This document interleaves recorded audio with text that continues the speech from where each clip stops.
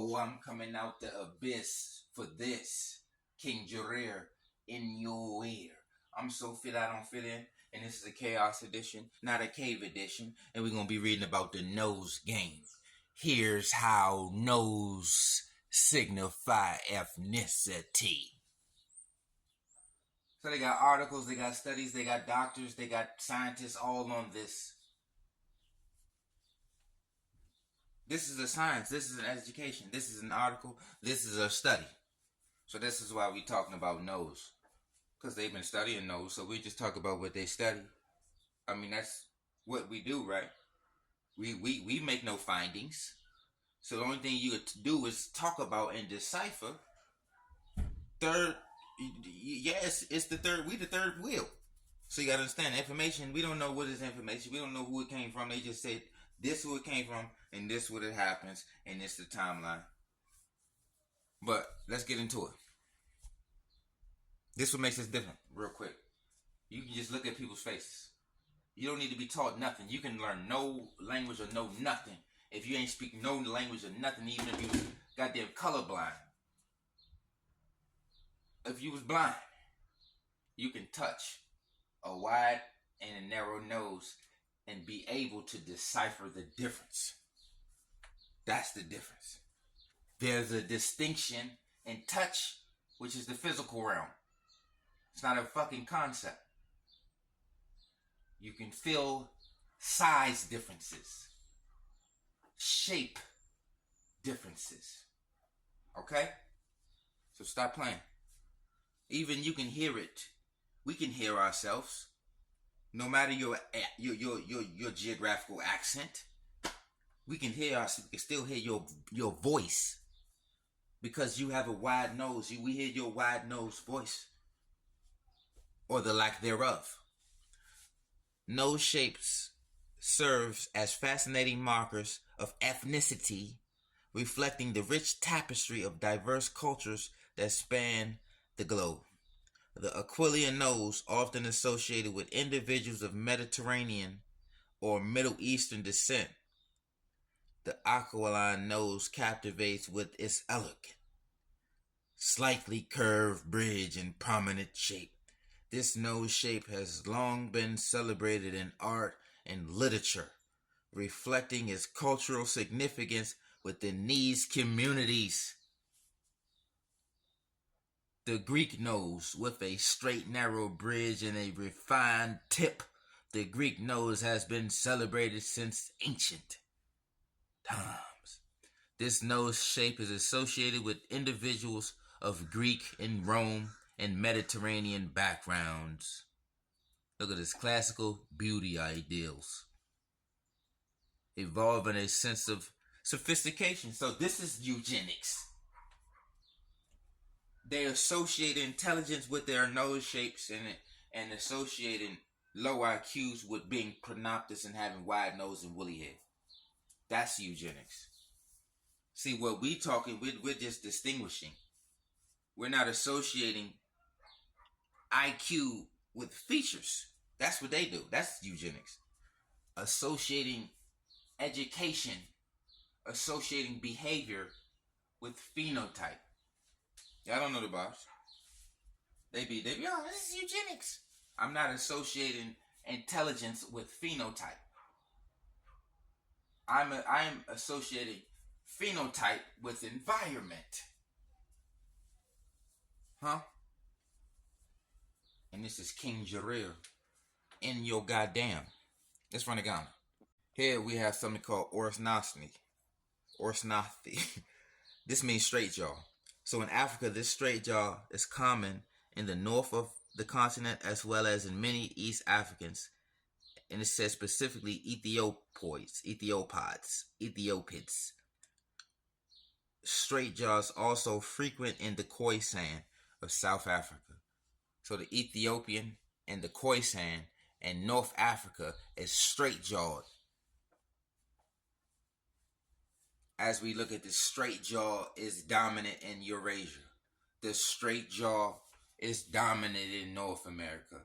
The straight jaw is dominant in South America. Only way the straight jaw ain't dominant is Sub-Sahara and goddamn Australia.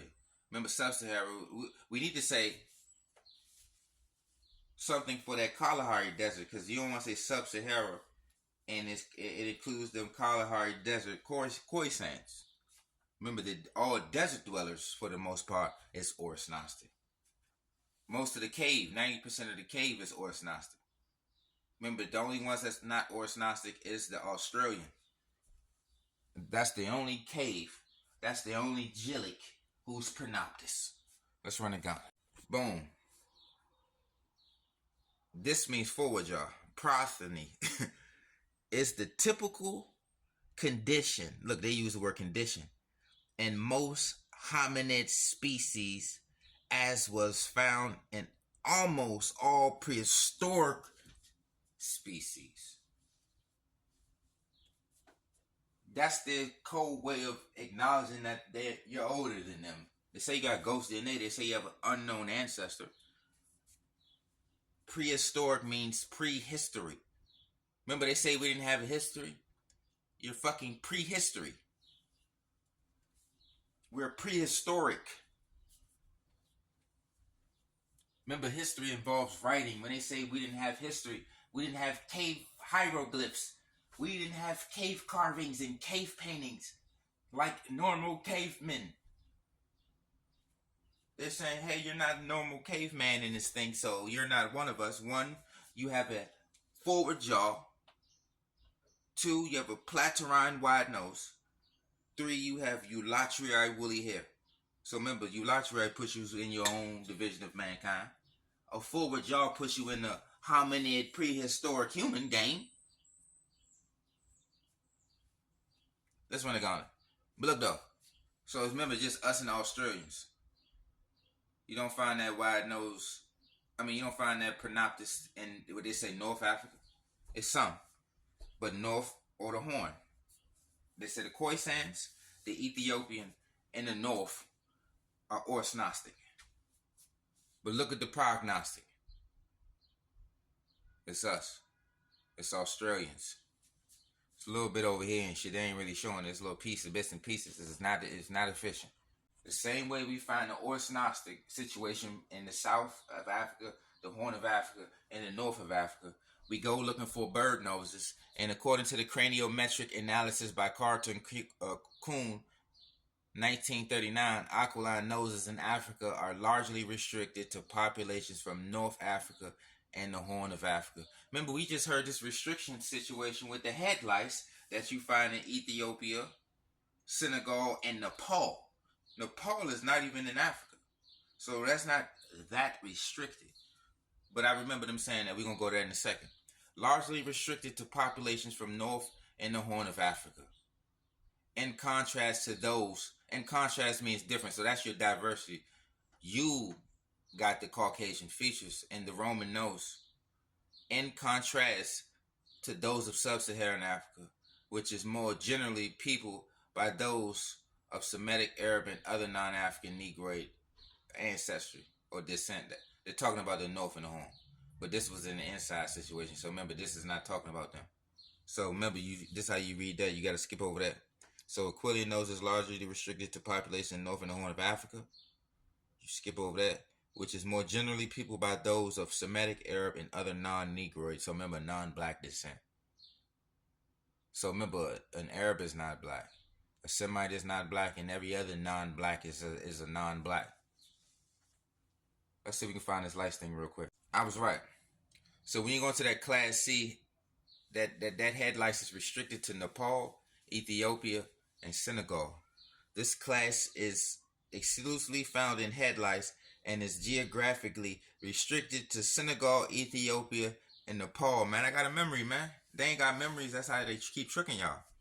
Class C head lice have been found in countries like Ethiopia, Nepal, look, Thailand, Senegal, Gabon. The genetic lineage of head lice is characterized by a specific geographical distribution, mainly Nepal, Ethiopia, and Senegal. And this is King Jarir in your ear. I'm so fit I don't fit in. And this is the Chaos edition, not a cave edition. And this is for educational purposes. This may ruffle some feathers and shake up some cage.